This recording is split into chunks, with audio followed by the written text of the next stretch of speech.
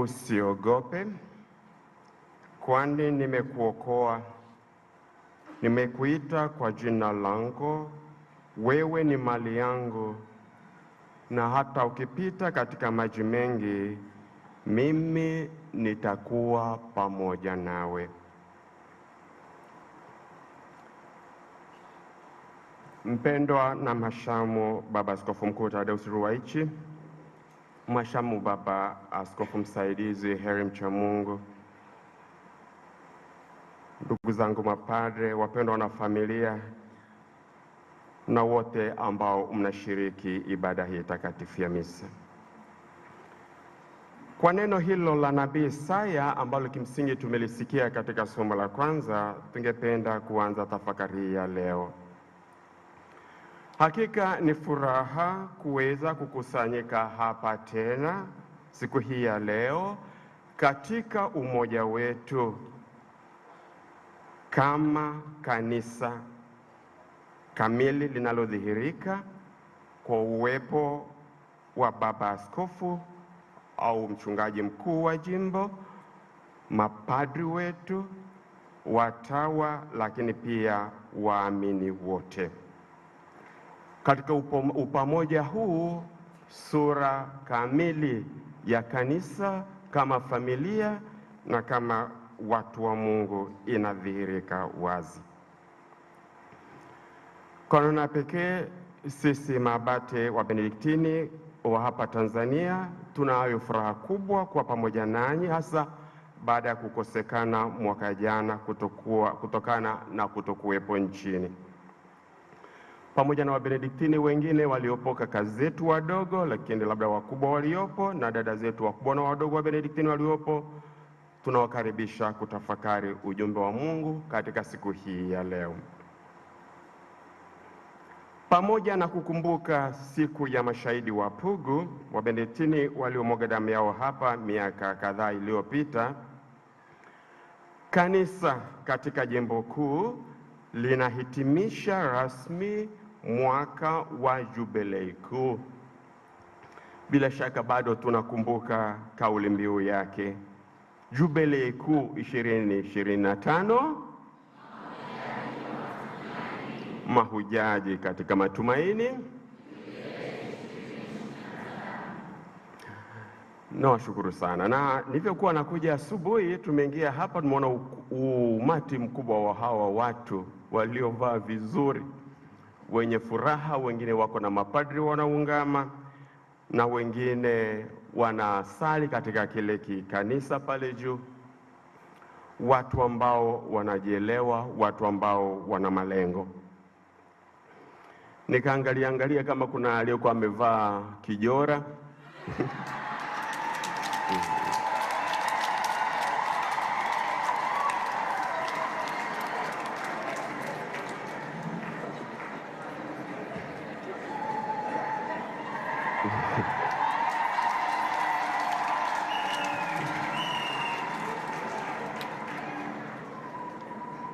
Kwa hiyo tuliendelea kupanda na gari yetu na kufika hapa juu, nikaangalia kama kuna mtu ameshika jora na alikokota njiani, au ile kitu kingine mnaitaja ile mnabeba ile dera. Hakuna kubeba dera au kubeba kijora. Kwa hiyo kama vile tunavyosoma katika kitabu cha Ufunuo, watu hawa ni akina nani? Hawa ni akina nani? Katika kitabu kile tunajibiwa, hawa ni wale ambao wameosha mavazi yao katika damu ya mwana-kondoo. Na ninyi hapo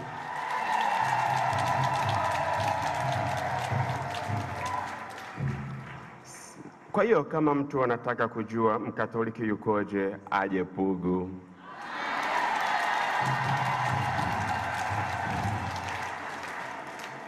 Katika tafakari yetu, ndugu zangu wapendwa, ningewakaribisha tuangalie mambo matatu.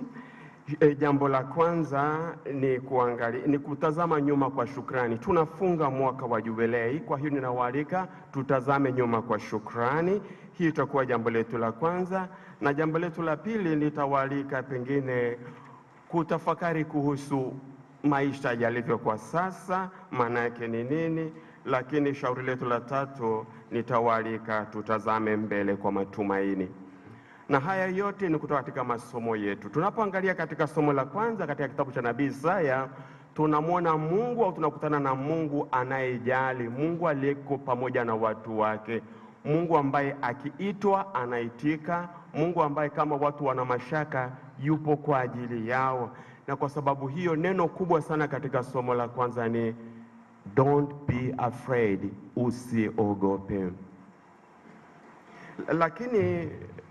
Lakini ujumbe huo unaelekea pia kwa namna pekee katika somo la pili kwa Waroma, ambapo tunamwona Mwenyezi Mungu pia, au tuseme Paulo anavyoandika, kuna ile hali ya kutamani mambo mazuri. Tunazungumzia kuhusu kutarajia. Na pointi hiyo tunaweza tukaijumlisha na somo la Injili kwa kweli kuhusu kutumaini, kuhusu matumaini. Injili tunaona kwamba wanafunzi ni kama wamepoteza matumaini, lakini matumaini yao sio kitu cha kupotea. Yesu yupo, Yesu yupo. Basi hatua kwa hatua tuangalie pointi hizi kama nilivyozisema. Wapendwa, mimi sitoki katika jimbo hili, lakini mimi naamini kwamba kuanzia katika jumuiya ndogo ndogo za jimbo letu kuu, katika vituo vya sala, katika vigango, katika parokia, katika konventi za watawa wetu, na hasa pia katika jimbo kuu, seminari kuu, popote, jubilei kuu haikuwa tu kitu cha nje, kitu cha kusemwa tu. Ni kitu ambacho kilikuwa hai, ni kitu ambacho kilishikika, kilionekana, ni kitu ambacho hakikuwa dhana ya mawazo tu. Ninaamini kuwa wachungaji wetu katika jimbo, watawa, pamoja na ninyi waumini wapendwa, mlishiriki wote kikamilifu katika kufanya mwaka wa jubilei kuwa mwaka hai, mwaka wa matumaini, mwaka wa furaha. Haukuwa tu mwaka au jubilei ya kuzungumza tu, padri anasema kitu fulani tu. Ninaamini kwamba jubilei hii pamoja na matunda yake ya kiroho yalishushwa chini katika familia, katika jumuiya, katika parokia na katika maeneo yote ya maisha yetu. Na kwa sababu hiyo ninaamini pia kwamba wewe muumini umepata nafasi au walau bahati ya kutambua kwamba maana halisi ya maisha ya Mkristo, maana ya maisha yake ni hija. Ni hija. Leo umetoka majumbani, mmekuja hapa, mmefanya safari. Safari hiyo mliofanya fupi ni kielelezo cha safari ya maisha yetu. Maisha yetu yanatoka kwa Mungu, yanaanza katika Mungu, tunatembea katika Yesu pamoja na Mungu, na tunaelekea wapi? Tunaelekea kwa Mungu kwa kweli. Kwa sababu hiyo tunaweza tukasema kwamba Mwenyezi Mungu ametembea pamoja nasi katika hali zozote tulizokuwa nazo. Pale ambapo kulikuwa na hofu, Mungu amekushika mkono, amesema usiogope.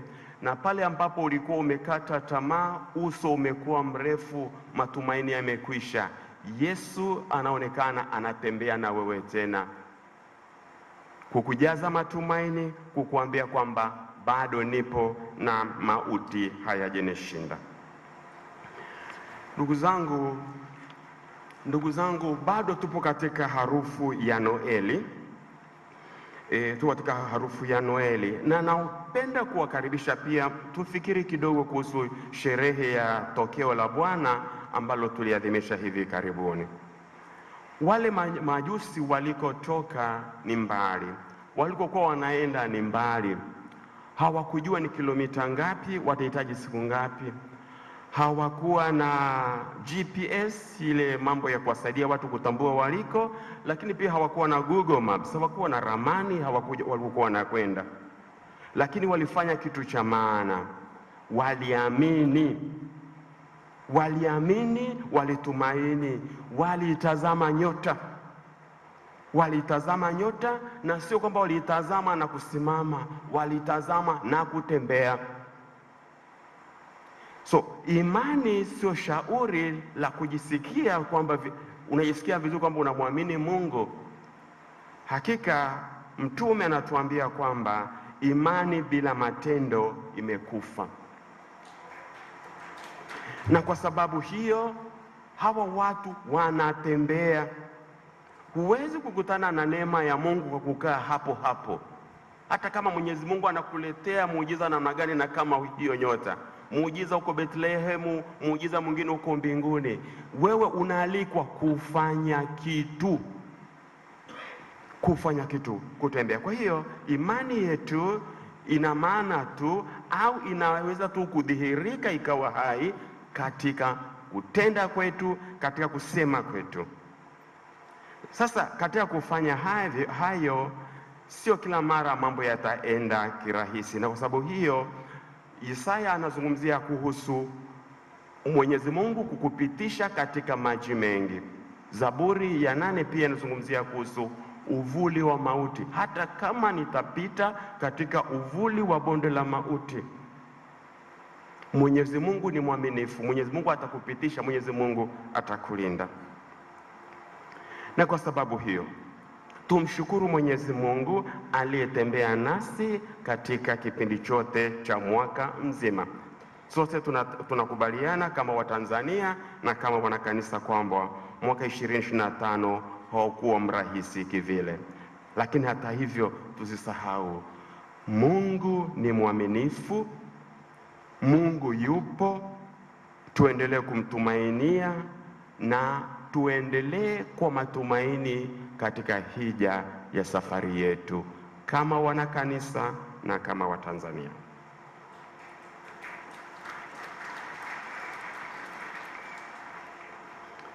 Nikipenda kuwapigiza hatua ya pili kwamba siku hii ya leo kwa kweli tunaalikwa, au ni nafasi kwetu kusherekea wakati huu, saa hii, kwa furaha. Safari ya maisha ni ndefu, na safari hii ina jana, ina leo, na Mwenyezi Mungu akipenda ina kesho. Hivi pamoja na kwamba ni vizuri kufikiria yaliyopita ya jana, jinsi Mungu alivyotembea pamoja na sisi, tusikose kutambua uwepo wa Mungu sasa hivi, neema ya Mungu tunayoionja sasa hivi. Tuonje furaha na neema ambayo Mwenyezi Mungu anatupatia kwa uwepo wetu dakika hii, sekunde hii, pamoja na hofu tulizo nazo, mashaka tulionayo. Lakini sababu tuko hai na tunapumua na tunaweza kuwa hapa kwa ajili ya kumshukuru na kukutana na waumini wenzetu na viongozi wetu wa dini kumsifu. Tumshukuru Mwenyezi Mungu kwa hilo.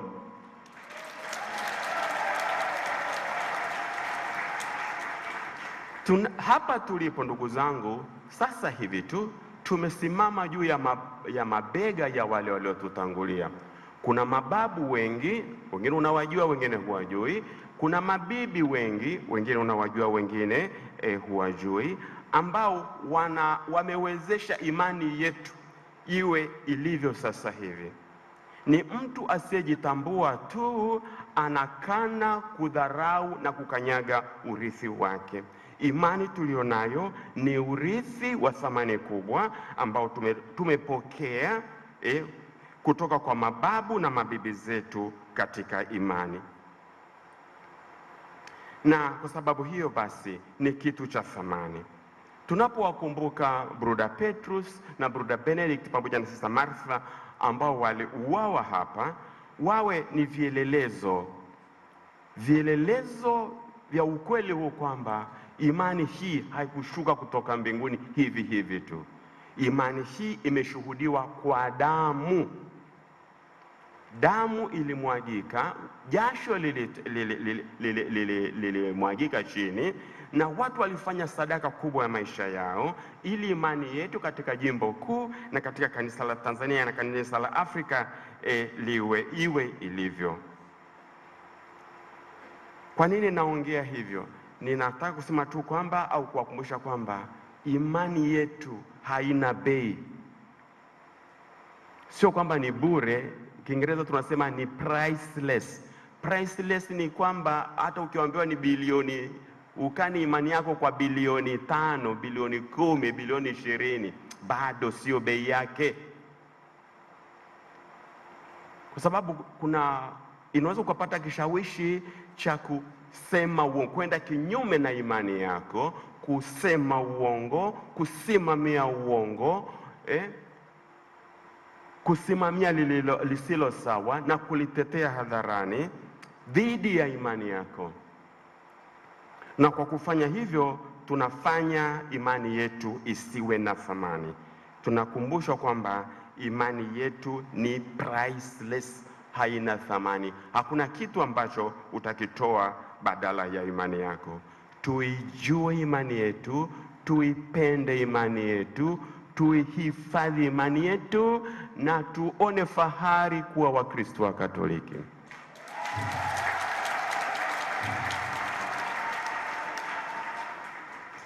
Na kuendana na hilo kuna pointi moja ya ujasiri. Ili kuitetea imani inakupasa kuwa jasiri pia. Martha sister yule, Benedict brother yule na mwenzake waliuawa sio kwa sababu walikuwa ni waoga, walikuwa ni majasiri.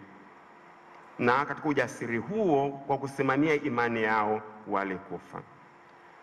Ujasiri huo uendelee kuwa pamoja nasi katika kanisa letu leo na sasa. Mkristo atambue kwamba kuwa mtu mwoga sio option, sio shauri la kuchagua, sio jambo la kuchagua. Huwezi kuchagua kuwa mwoga. Tunaalikwa, tunasukumwa tuwe watu wajasiri ambao tunapenda kusema ukweli, kusimamia ukweli, kuzungumzia mambo ya haki bila kuogopa, kwa sababu haki, amani ni matunda ya kimungu, hayatengenezwi na mwanadamu, ni matendo ya kimungu. Kwa hiyo muumini yoyote, muumini anayote anamwamini Mungu, awe na ujasiri huu wa kusema ukweli, kutaja haki ya mtu kwa jina lake na kusimamia amani katika familia, katika kigango, katika jumuiya, kila mahali, katika parokia zetu, katika majimbo yetu, lakini kwa namna pekee katika taifa letu tukufu. Tunamshukuru Mwenyezi Mungu kwamba wapo watu, mababa zetu, watu wengi wenye mapenzi mema ambao pamoja na pressure ambayo inaweza ikawepo katika jamii, bado wanasimama katika ukweli, wanasimama katika kutetea haki, wanasimamia katika kutetea amani ya kweli. Tuendelee na mtindo huo.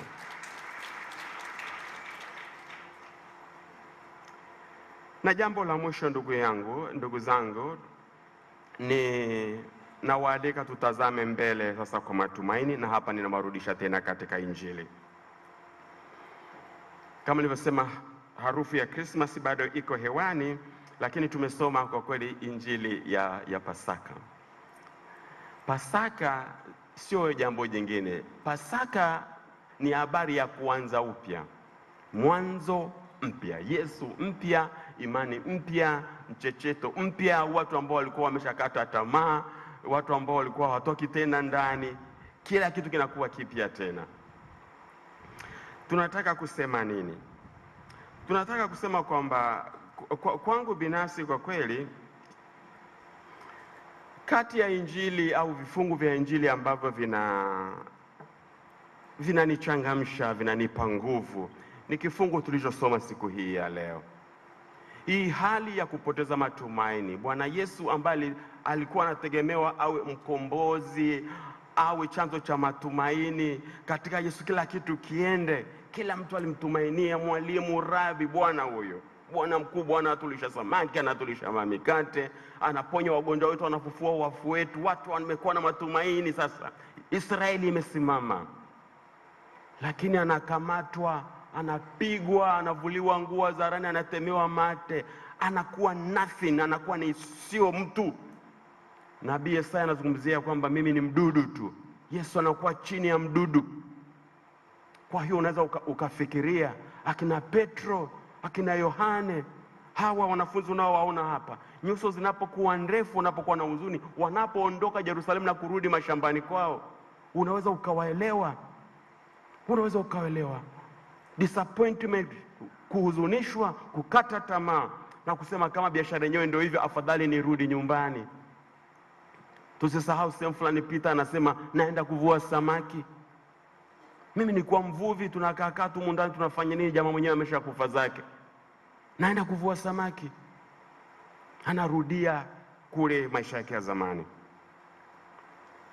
Lakini sasa katika hali hii ya mahangaiko, kukata tamaa na kutaka kurudi nyumbani, halo, Yesu yupo bwana. Yesu yupo. Anatembea pamoja nao katika huzuni yao, katika kukata tamaa kwao, katika kuona giza, katika giza la maisha yao. Jesus is there. Yesu yupo. Yesu yupo. Somo la kwanza, usiogope.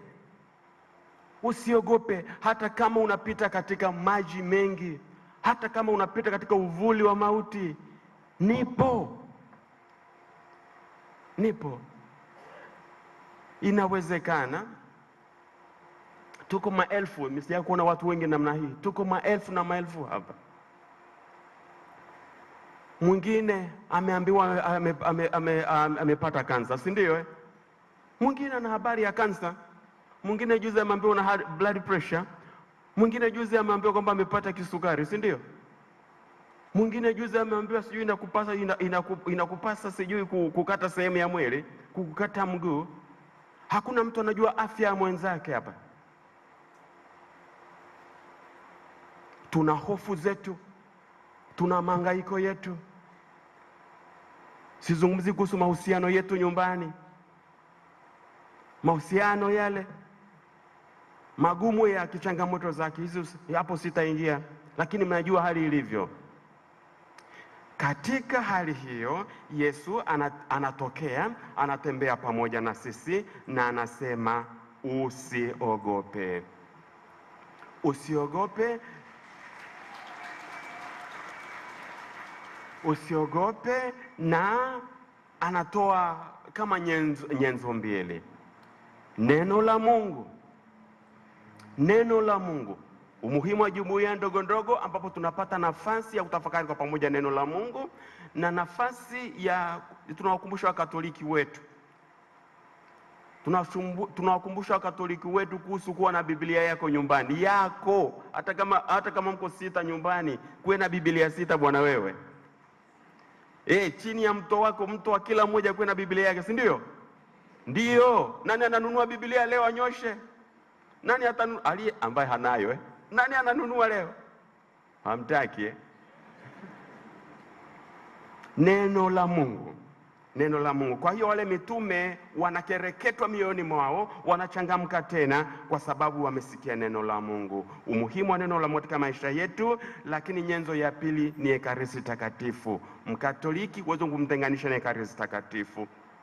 Tujue na tukumbushwe kuhusu hizi nyenzo mbili katika safari ya maisha yetu, katika hija ya maisha yetu. Neno la Mungu liwe katikati, neno Ekaristi Takatifu pia iwe katikati.